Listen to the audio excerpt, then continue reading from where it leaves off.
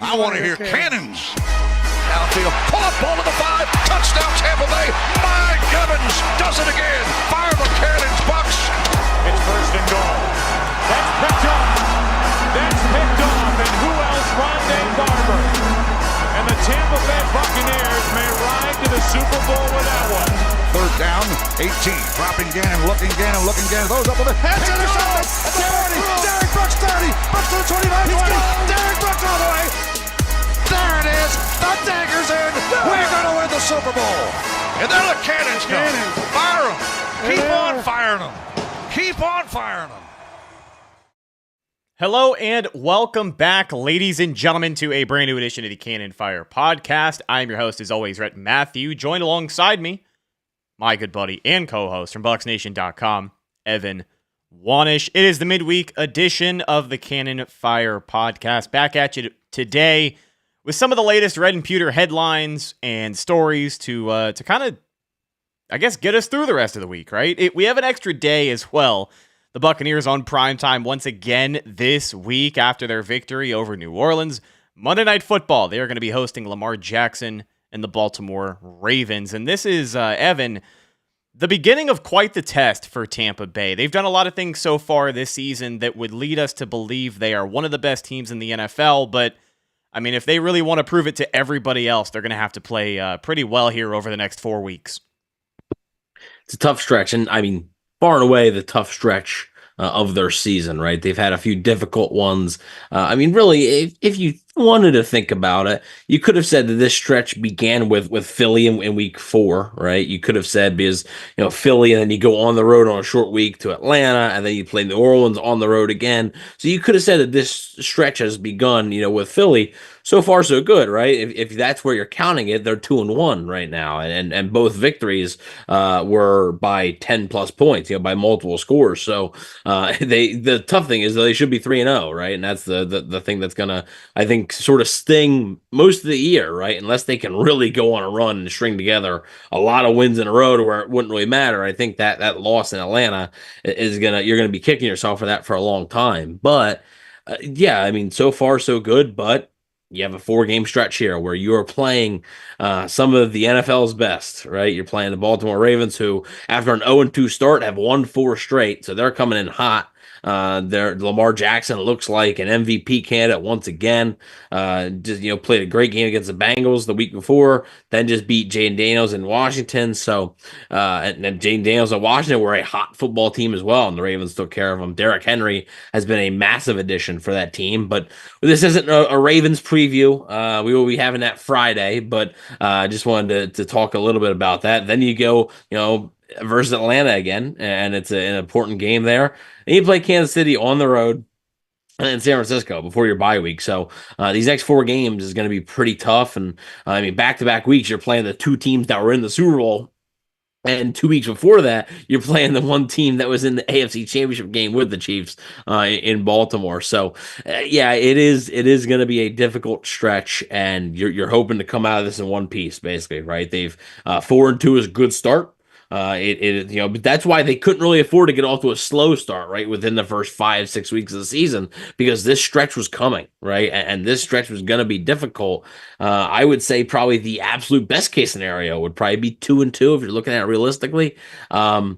1-3 though might be more realistic, maybe, right? Like, I just think you have to find a way to avoid 0-4. You can't drop 4 straight games. You can't go into your bye week being 4-6 after starting 4-2. So it is a tough stretch, but just like sort of the title of this podcast is, you're gonna see sort of what this team is made of, right? I think you're gonna see a good litmus test here of how good they actually are when compared to some of the NFL's best. So, you're not expecting pure dominance, but I think it is a pretty good test. Absolutely. And not to say the Bucs haven't beat any quality opponents in 2024, because the Lions still very much one of the best teams in the NFC. Yep. Who would have thought the Commanders at this point would be one of the better teams in their division in the NFC with a rookie quarterback who's balling out? So a couple of legitimate wins, but just like you said, three of their 4 wins are against teams with above 500 records. Right. So that's a good thing. But just like you said, I mean, you're playing both of the Super Bowl teams, defending Super Bowl champions, the NFC champions in San Francisco. You've got the Baltimore Ravens, who may just have the scariest offense in the NFL. We've talked for weeks about the Buccaneers' production on offense, so this could be a little bit of a shootout here on Monday Night Football. And you're always going to have your hands full with a division opponent, but you're playing the Falcons for the second time, and this game means just that much more because I would say this is the biggest must-win out of these 4 games, not only because it's a division game, but because the Bucs have already dropped a game to Atlanta, and when you look at how this division's going to shake out, if you drop this one to Atlanta as well, you're going to wish you had some of those wins in the early goings of the season against a team like Denver, because if you drop this game against Atlanta here and they sweep you, you might be playing for a wild card spot.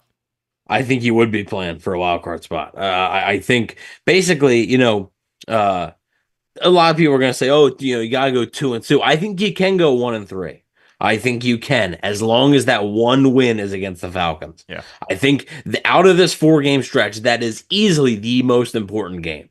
Because it is, a divisional game, but it is also trying to avoid being swept. Now, if they had taken care of business in Atlanta, right? If they had, not folded down the stretch on Thursday Night Football, then okay, week 8's still important because it would be awesome to sweep them, but it's not as important, right? Right now you're 5-1. You have that little bit of cushion where, okay, you can afford a loss to the Falcons there. Now you really can't, and I can't see a way that they're going to win this division if Atlanta sweeps them. I can't see a way. So the Buccaneers 4-game stretch we talked about. So just to compare, here is the Falcons 4-game stretch in those same weeks. So this week they play Seattle on the road. Now Atlanta's won 3 straight games. They're starting to really find their footing, especially offensively. 36 points against the Bucs, 38 points against the Panthers. So they're versus Seattle in Atlanta. They travel to Tampa, then they play Dallas in Atlanta, and then they travel to New Orleans. So there's a couple of games in there that could be challenging, including the Tampa Bay one.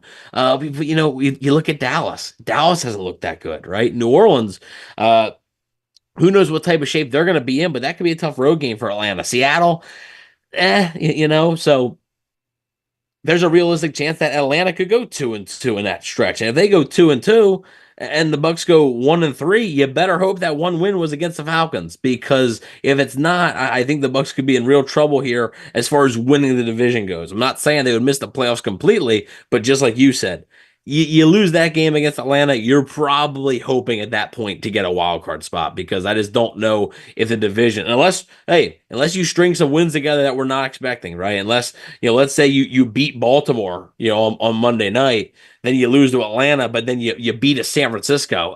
Okay, maybe then you're still alive, but I just don't know if you can survive getting swept by Atlanta and still somehow winning the NFC South.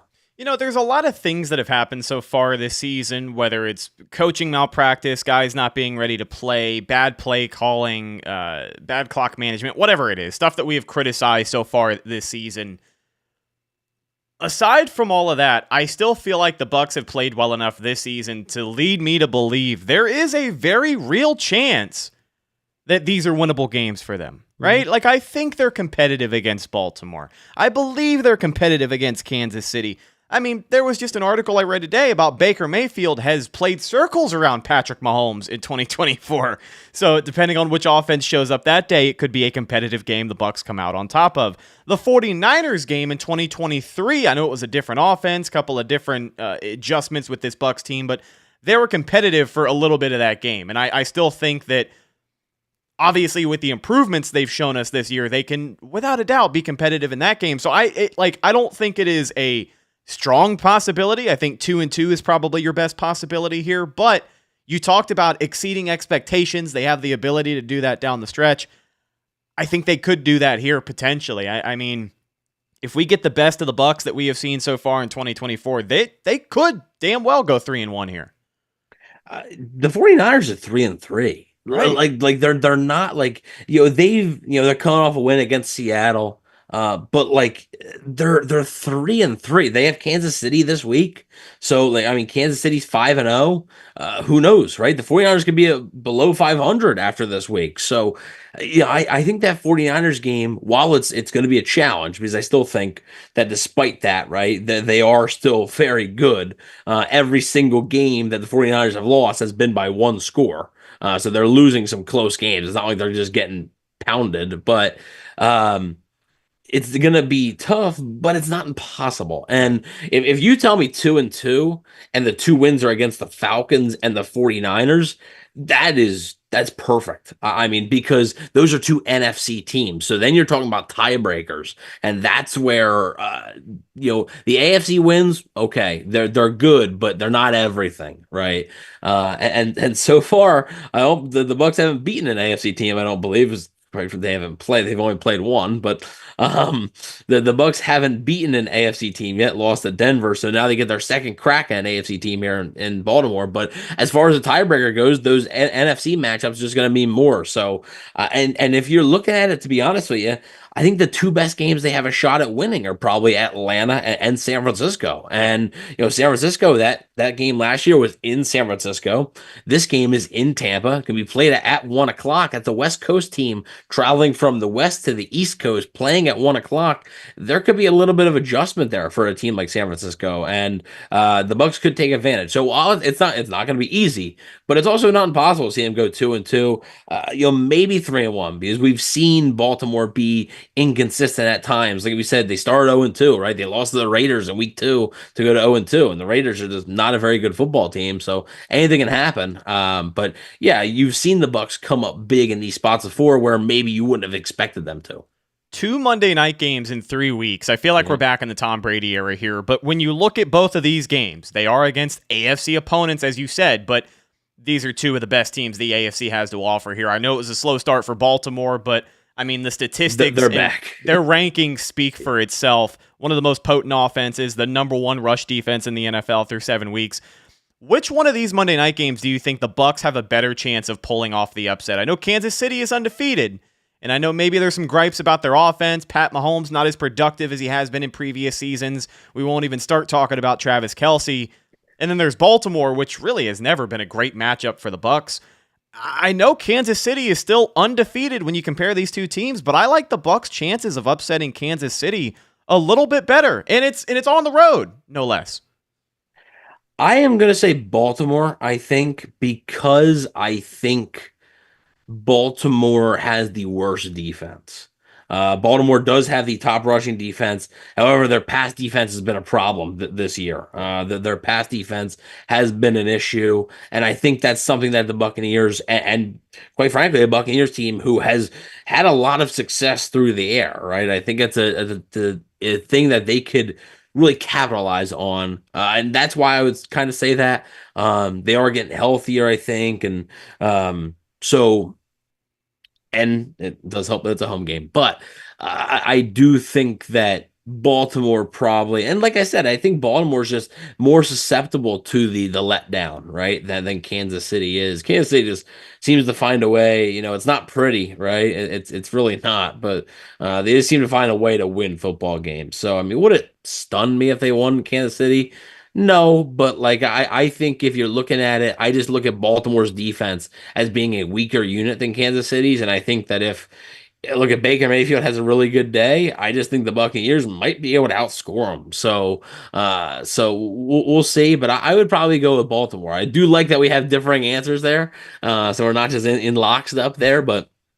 I would probably go Baltimore, mostly for the defense reason. I think Baltimore's offense it's hard to believe you're saying that with the offense with Patrick Mahomes, but I think Baltimore's offense is a bit scarier than Kansas City's offense, but I think Baltimore's defense is a bit worse than Kansas City's defense, especially through the air. So I think that's where the Bucs could have the advantage. Yeah, fair enough. We talked about that Baltimore run defense this week. Maybe it's not the week fans were hoping for when it comes to unleashing Sean Tucker, but I did want to get your thoughts on that performance from Sunday. Dive a little bit more into it because there has been a lot of discourse this week. Over on our Twitter page, people have really been going back and forth about something we floated out there regarding Bucky Irving, Sean Tucker, and rearranging this running back room. And Evan, I want to make this clear before we go any further. Nowhere at any time have we said on this here podcast that Rachaad White does not have a role in the offense. Correct? Correct. I just want to touch base, make sure that is what we are.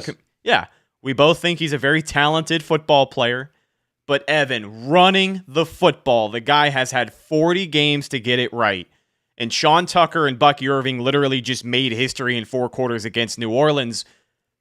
Is there a running back room shakeup on the way? And shakeup sounds dramatic. Like, Bucky Irving is running back 1. I think some people might respond to that a little bit more than they should.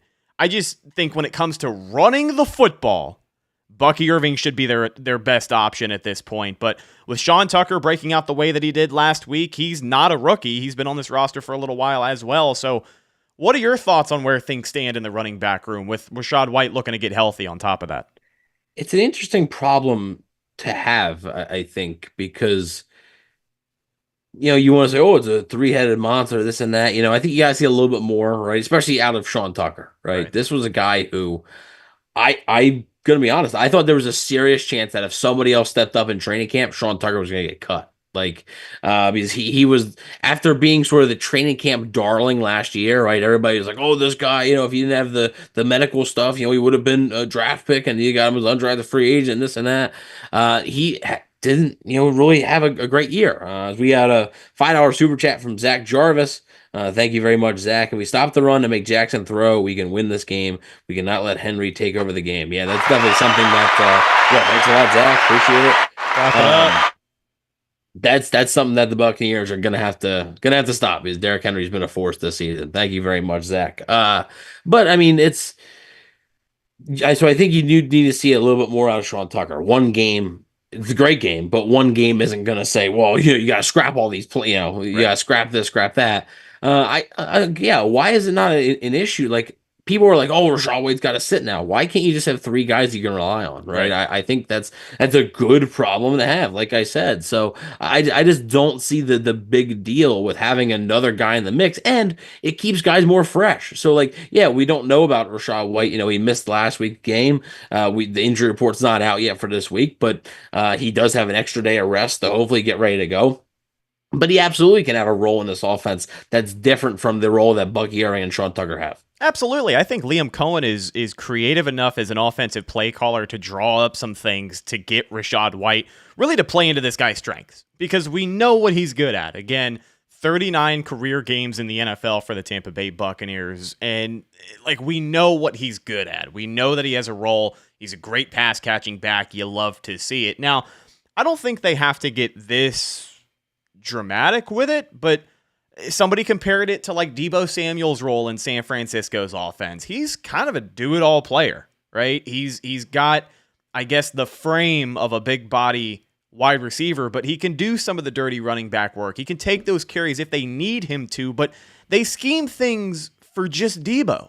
They have just plays in that offense that benefit number 19, and the only guy who could pull it off is number 19. So, not saying they have to solidify Rachaad White in a position all by himself, but I think that Liam Cohen knows enough now, especially with how we've seen him adapt throughout the season. He can clearly make it work with this quote-unquote 3-headed monster the Buccaneers have at running back. And then one more interesting thing about Sean Tucker as well to note, he didn't exactly come out of nowhere. He's been on this roster for multiple years now, and I remember in 2023, early on in that season, he was getting a little bit of usage, and people saw him just enough to get excited.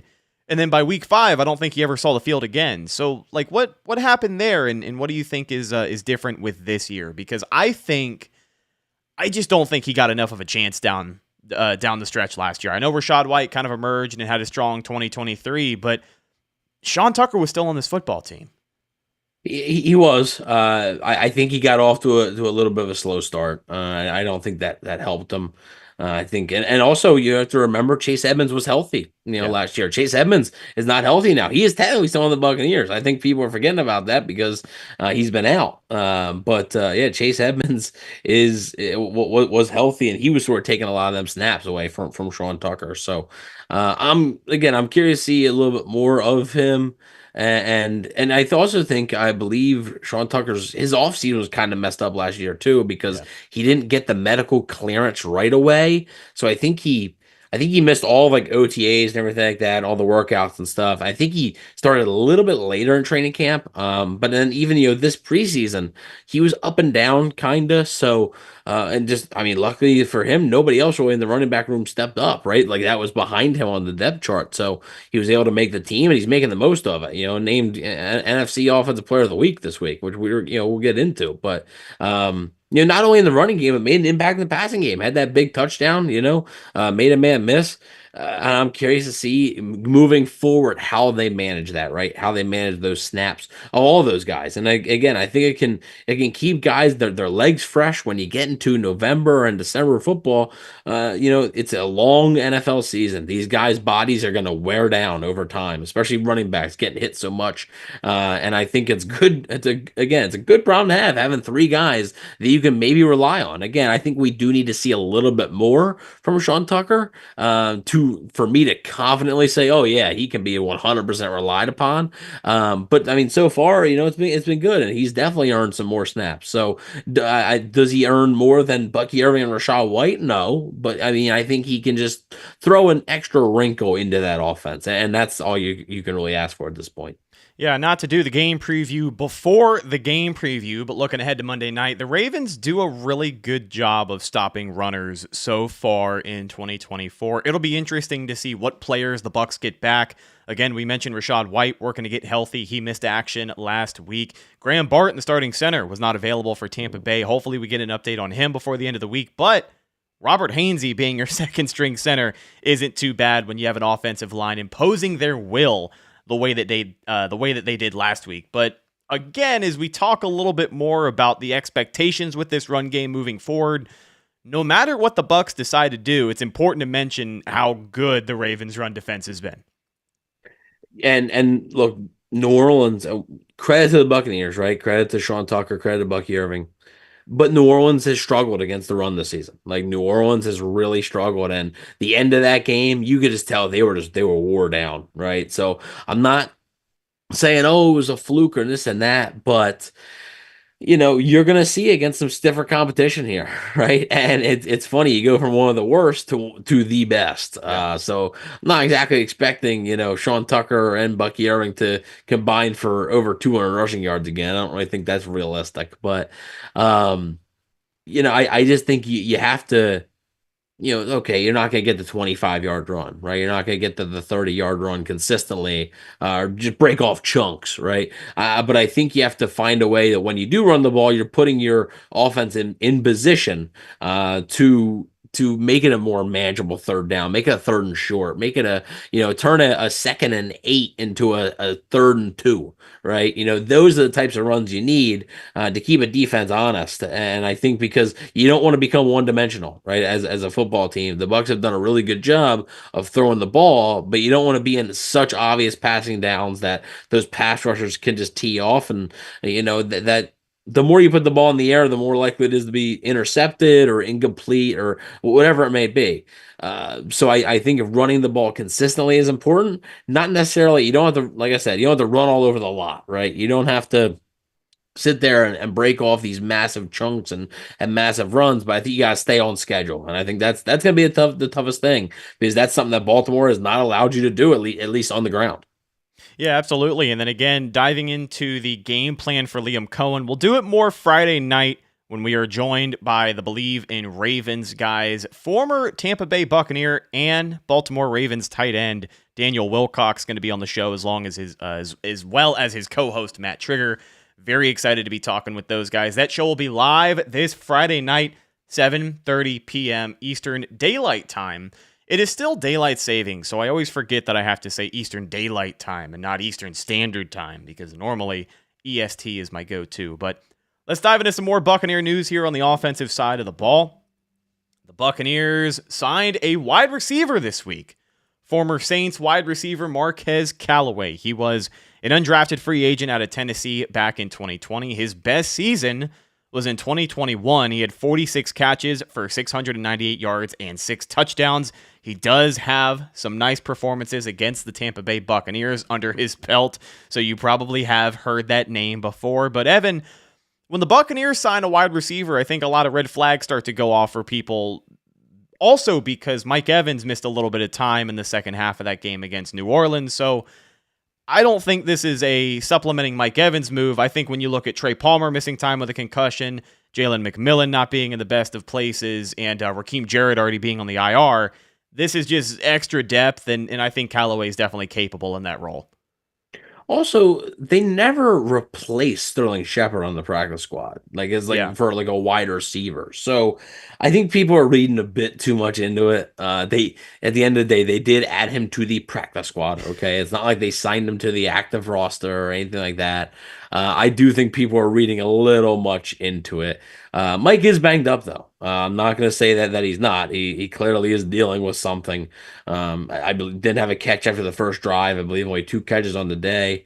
He is banged up, so getting him healthy is priority one. And I've seen some people think that, it might be wise to, and I don't necessarily think this, but some people think, it might be wise to sit Mike Evans against Baltimore because you have such an important matchup on a short week against Atlanta. Like I get the idea, right? Because Baltimore is an AFC opponent.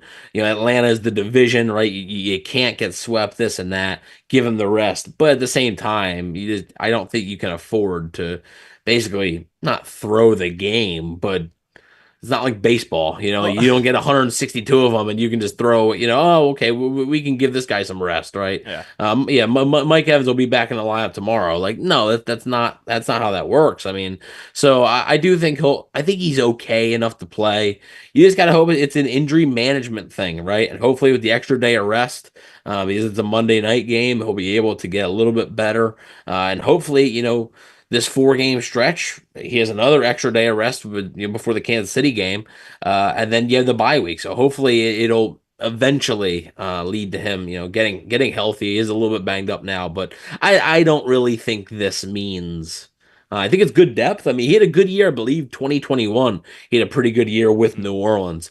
But I don't really think this means much for Mike Evans' status. Like you mentioned, Trey Palmer still dealing with a concussion. Jalen McMillan obviously was dealing with a hamstring. He's been disappointing. Sterling Shepard, has dealt with injuries in the past.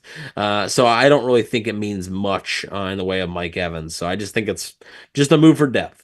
Yeah, I agree with you. At the end of the day, you need someone to step up, and I think at that wide receiver 3 position, we thought we had it all figured out.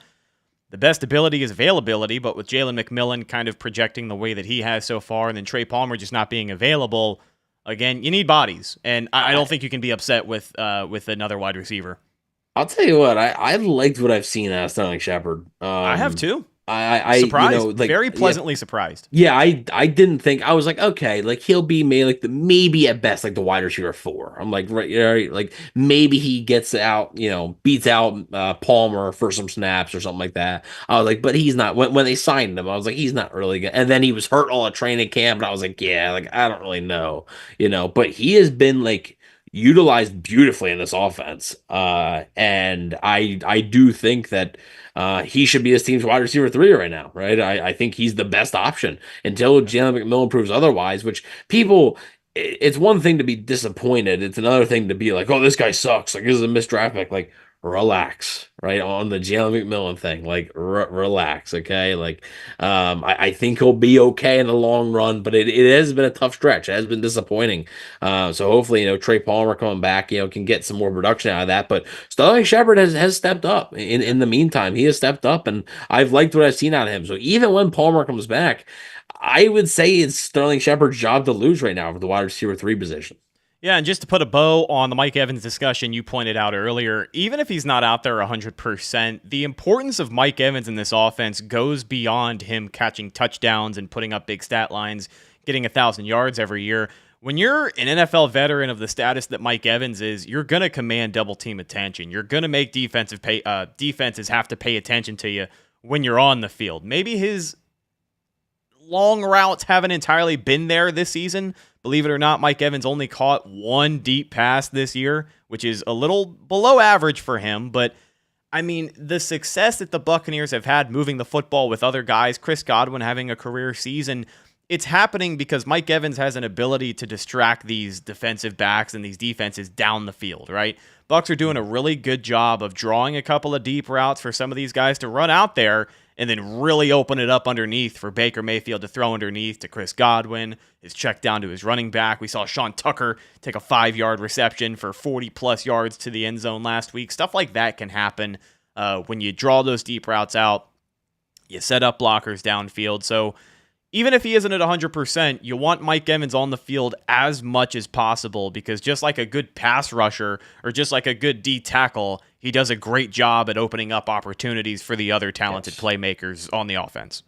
Yeah, he commands so much attention that even when he's not doing much, I'm not saying they're using him as a decoy, but even when he's not doing as much, production wise, he's still, him being out there matters, right? Because like a defensive coordinator or a defensive back, like they're going to pay attention to that, right? So they don't want to be beat, deep by Mike Evans. So yeah, it is, again, hopefully he can get healthy quick, be 100% soon. I don't know if he will be this season because like I said, the NFL, it's a week to week thing. It comes at you fast, right? So, hopefully he can get 100%. If not, I mean, Chris Godwin's, been just unbelievable this year. And like I said, Sterling Shepard has stepped up and that definitely helps. So I know a lot of people are really concerned about the 1,000-yard thing. Whatever, I still think he's going to get it just because it seemed like, especially like, it seems like once like the calendar turns to like November and December, that's when they really start to try and get like the closer it gets to the end of the season, they become more mindful of it. Yeah. But if I had one complaint about Liam Cohen's offense, it is that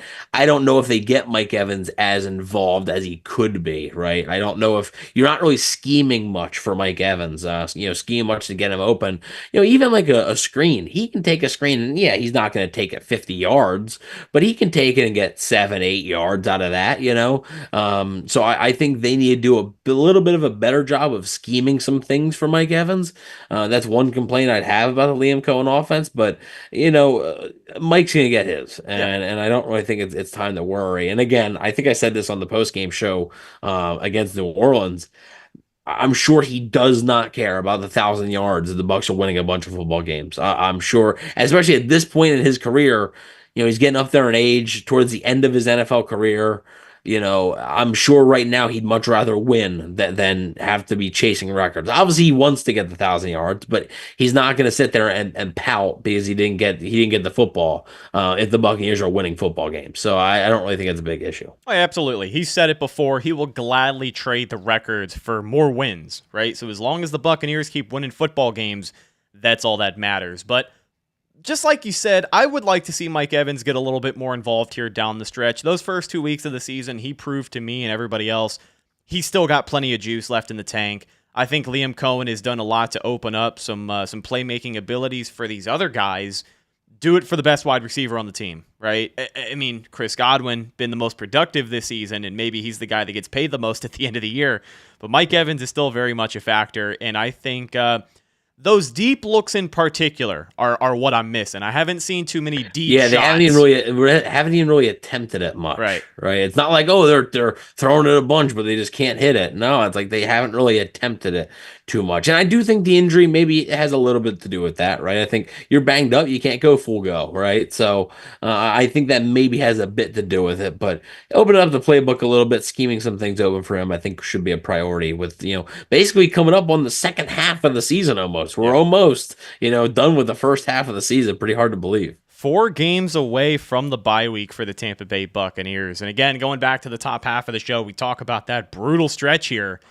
This is where it begins, right? Between now and the bye week, you want to show the rest of the NFL where you stand in the grand scheme of things. So you mentioned some injuries. We are going to wrap up today with a couple of injuries on the defensive side of the ball, which led to more signings for Tampa Bay, which everyone loves to get excited about. So in New Orleans, Jamel Dean left the game with a hamstring injury. Have not gotten a concrete update on him. Hopefully we will before the end of the week here. It's always kind of a day late with stuff like that, especially when you're playing on Monday night So we will get those updates and hopefully have them to you as soon as possible.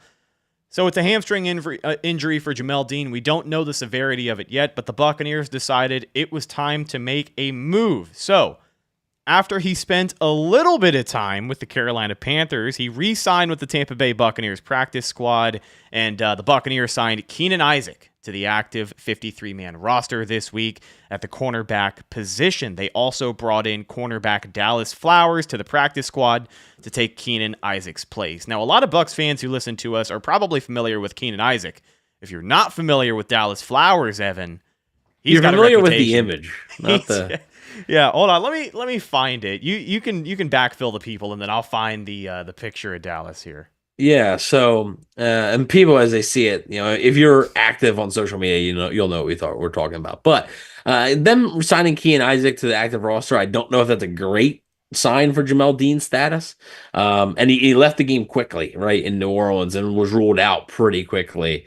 And Jamel Dean's been a guy who has been injury prone. So hopefully it's not a long-term thing. I think that's what the hope is, right? That it's not a long-term thing, but you never really know, especially with hamstrings, right? Hamstrings can be a bit tricky, as we've seen countless times. So I think, Jamel Dean hopefully can get back, sooner rather than later. He's had a down year, but he still is, starting cornerback in the NFL. And Tyreek Funderburk, I thought, stepped up in his absence, but I thought that the rookie played well and sort of a spot start, basically, because, like I said, Dean went down early in that game, and Funderburk had to play a good bit. So I do think he filled in, but again, you'd like to see Jamel Dean get back, sooner rather than later. Not a great sign, I think, though, that they added a corner to the active roster. Yeah, and Jamel Dean already been a guy so far this year who has struggled, or not this year, but so far in his career who has struggled with missing games due to injury. Yeah. And that was kind of one of the risks the Bucs were taking when they moved on from Carlton Davis. I mean, I know Carlton Davis was, just as injury prone, missing games every now and again, but Jamel Dean, it has been a legitimate problem. So, we talk about this defensive back room and some of the guys who have been making plays, maybe going to be thrust into a bigger role here over the next couple of weeks if this injury for Jamel Dean is bad news here. But, I mean, talking a little bit more about some of those playmakers in that defensive back room, Tyke Smith out of the safety position can play nickel corner.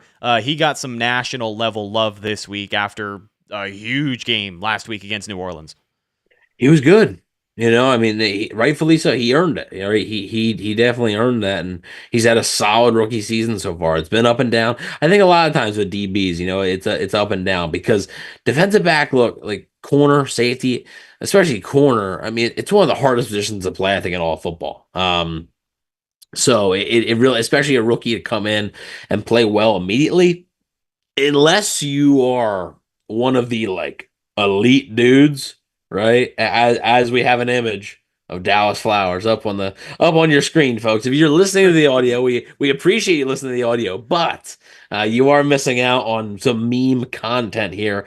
The guy in the white jersey, that is Dallas Flowers, as you guys have probably seen on social media. So trying to get a tackle, went full airborne, and that's the newest Buccaneers cornerback. Listen, I want to give this guy the benefit of the doubt. Obviously, I want every Bucs player to succeed, but I mean, this effort right here literally got an effort, him, right? That is an effort. It got him cut from the team less than 24 hours later. So Buccaneers legend Dallas Flowers.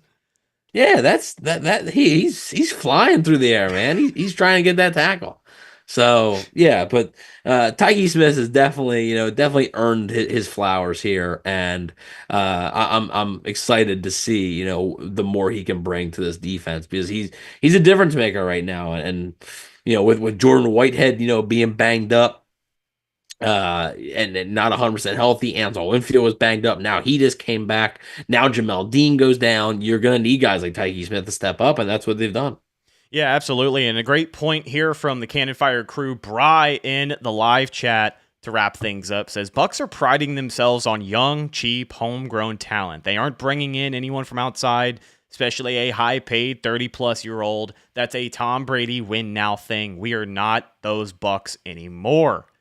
That's Correct. a great point. And I mean, I think that's the point that, everyone's been trying to make about how the Bucs have built this roster going into the season. One of the statistics that was floating around about Jason Light had to do with the amount of homegrown talent he drafted onto this Buccaneers football team. Let me pull it up for you. Yeah, so I think that's sort of a message because the trade deadline is coming up. That too. And we saw a flurry of trades yesterday, right? Devontae Adams to the Jets, Maury Cooper to the Bills, Cam Akers to the Vikings, and a lot of people started to wonder about, the Buccaneers with a guy like Hassan Reddick or Max Crosby, which, Max Crosby would be great. It's going to cost you a crap ton. And then there's some fans still dreaming about Myles Garrett, which I don't understand. You thought Max Crosby is going to cost a lot. Myles Garrett might cost you 3 first-round picks. It's just it's not going to happen, right? So I'm not saying the Buccaneers aren't going to completely rely on homegrown talent, right? In the offseason, I think that they'll still be active, in free agency, and just, you're always finding ways to get better. But as far as an in-season trade involving draft picks, involving a potentially big money extension for a guy like Hassan Reddick, I wouldn't really count on that. Well, and listen, when you got a general manager like Jason Light who's just nailing these draft picks, Bucky Irving has been one of the most effective running backs on the team. Tyke Smith had a breakout game last week, but he is showing that he has that ball hawk playmaking ability in a room full of defensive backs that have a playmaking ability. There are plenty of guys back there who can force turnovers. Jordan Whitehead, Antoine Winfield Jr., and now Tyke Smith, all of them being Jason Light draft picks. And here is the stat line that I was looking for earlier. We will close it with this. Headed into week 1 of the 2024 season, 44 of the 53 Tampa Bay Buccaneers players on their roster were either drafted by the team or began their careers as undrafted rookies with the organization. So again, that's insane, honestly. Yeah. That's... Yeah, I think the high volume of hits that Jason Light has on his resume now is obviously going to help.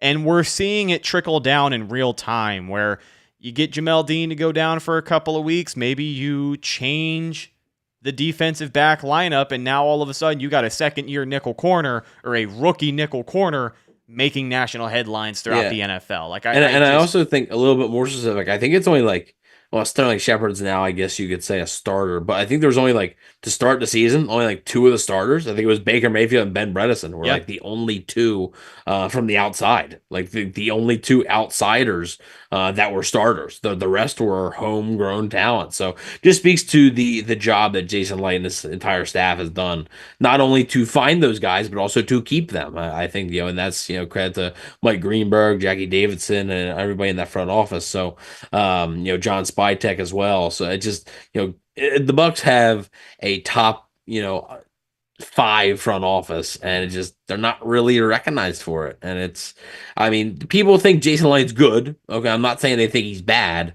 but I don't think they realize just how good he is. And the Bucs are very lucky to have him. And kudos also to the Glazers, because they have been very patient with Jason Light, and it's finally starting to pay off.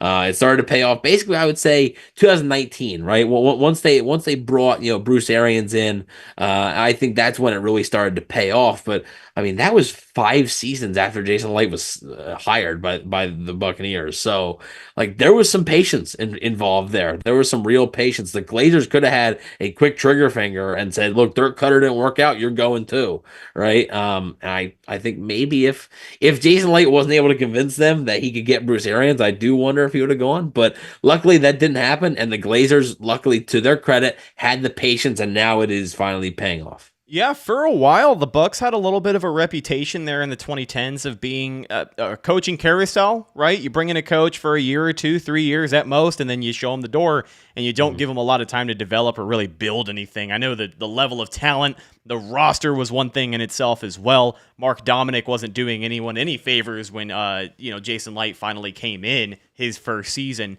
He didn't have a lot to work with. But with that being said, I Bleav that Jason Light has just done a great job of turning a corner with the team culture. I had to think about how I said that here. You talked about Bruce Arians coming in 2019 and kind of changing the culture. That's the turning point, even before Brady got here. But not a lot of general managers get a chance to manage a team that has that reputation and stick around, especially stick around long enough to see it come into fruition, right? I don't think anybody thought Jason Licht was going to be a Super Bowl champion general manager in 2017 with Dirk Cutter as head coach. Yeah, he's been the general manager for over 10 years now. Yeah. I mean, I don't think that's hard to do in the NFL. Be an executive, a general manager of a team for 10 years. Because there's always so much turnover, right? And GMs get a longer leash than coaches do typically. But still 10 years is a long time to be in one spot. So Jason Light's making his way to having his name up in the stadium. Honestly, like having it in one day, being in that Buccaneers Ring of Honor. He's far from done. Like he's still going to be this team's general manager, or maybe in the future president of football operations, whatever it may be, for at least a good bit here.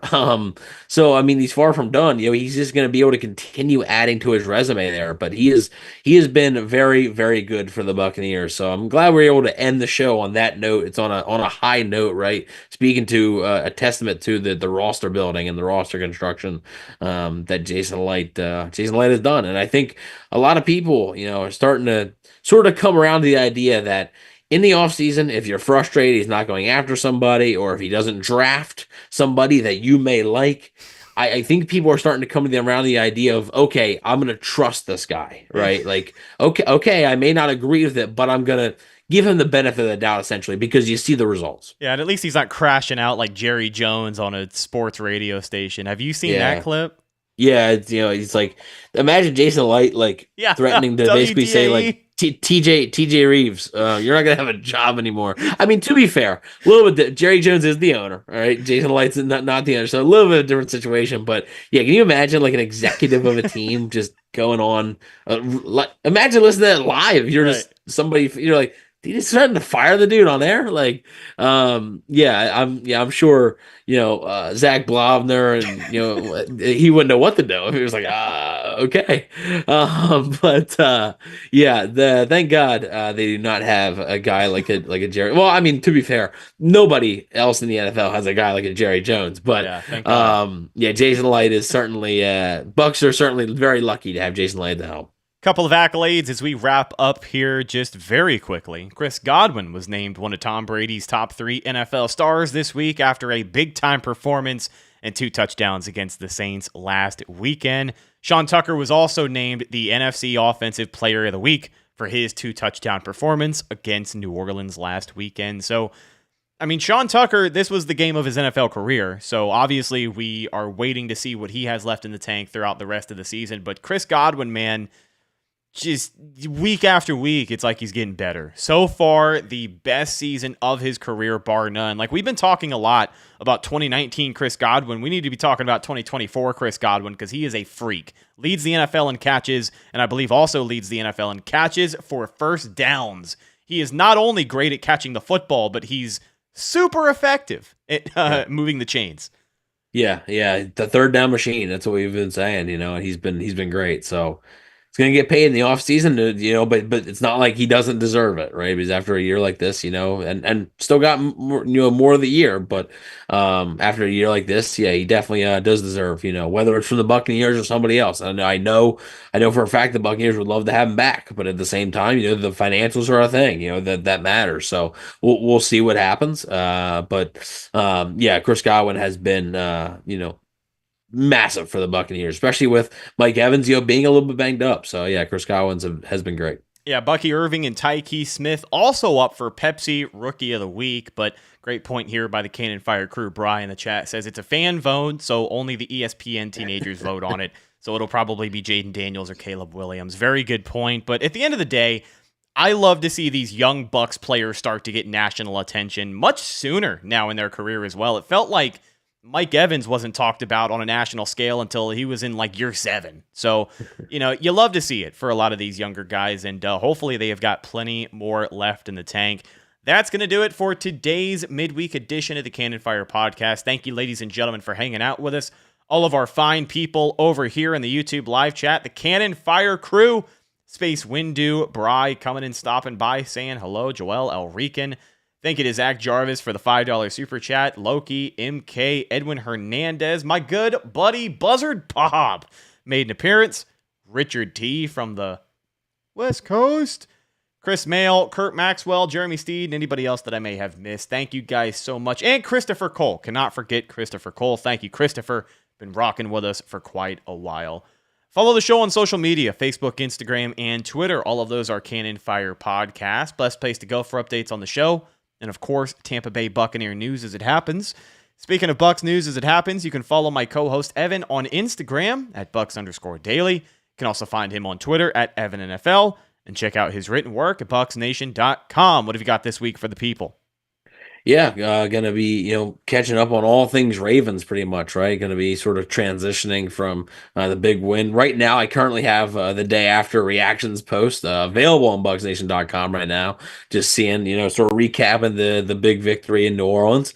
But, looking ahead, going to have top performers or whatever. Not just me, also. I want to give credit to a lot of the talented writers we have there. They do a great job. So, going to have the Q&A beforehand. And also have my Buccaneers X Factor, which is basically, ties into players to watch here on the channel, but it is the player that I think has to have the most success in order for the Buccaneers to win the football game. And speaking of the players to watch, that is part of our coverage here this season on the Cannon Fire Podcast YouTube channel. So if you're listening right now on audio, we appreciate you listening on audio wherever you may be listening. Keep listening there, right? Those numbers count all the same. But if you want a little bit more extra content, more short form content, you can head over to the Cannon Fire Podcast YouTube channel. We do at minimum 3 videos a week. Betting the Bucs will be out at some point this week. I don't know exactly what day, because with the Monday night game, the books may not be 100% updated, right, like as normal. So not 100% sure what day they'll be out, but players to watch will be out as well before the game. And then after the game, we'll always have most impressive and disappointing. So if you're following along on the YouTube, you're going to have content pretty much 6 out of the 7 days of the week. So stay tuned for that. And then don't forget, this Friday night, 7:30 p.m. Eastern Daylight Time, we're going to be joined by our friends from the Bleav in Ravens show, former Tampa Bay Buccaneer and Baltimore Ravens tight end Daniel Wilcox and his co-host Matt Trigger are going to be joining the show. Excited to get their insight. And then Monday night, following the game, it's another late one, my friend, and we got 2 of these over the next 3 weeks. I cannot wait. Oh, man. Win, lose, or draw. We'll be live right here. YouTube.com/Cannon Fire Podcast for the post-game reaction show. Phones will be on. We'll be taking your calls, and we should have a lot to talk about. So I'm your host, Rhett Matthew, signing off from my co-host, Evan Wanish. We will catch you in the next one. Until then, and as always, thank you once again for hanging out with us, and we'll talk to you soon. Go Bucs.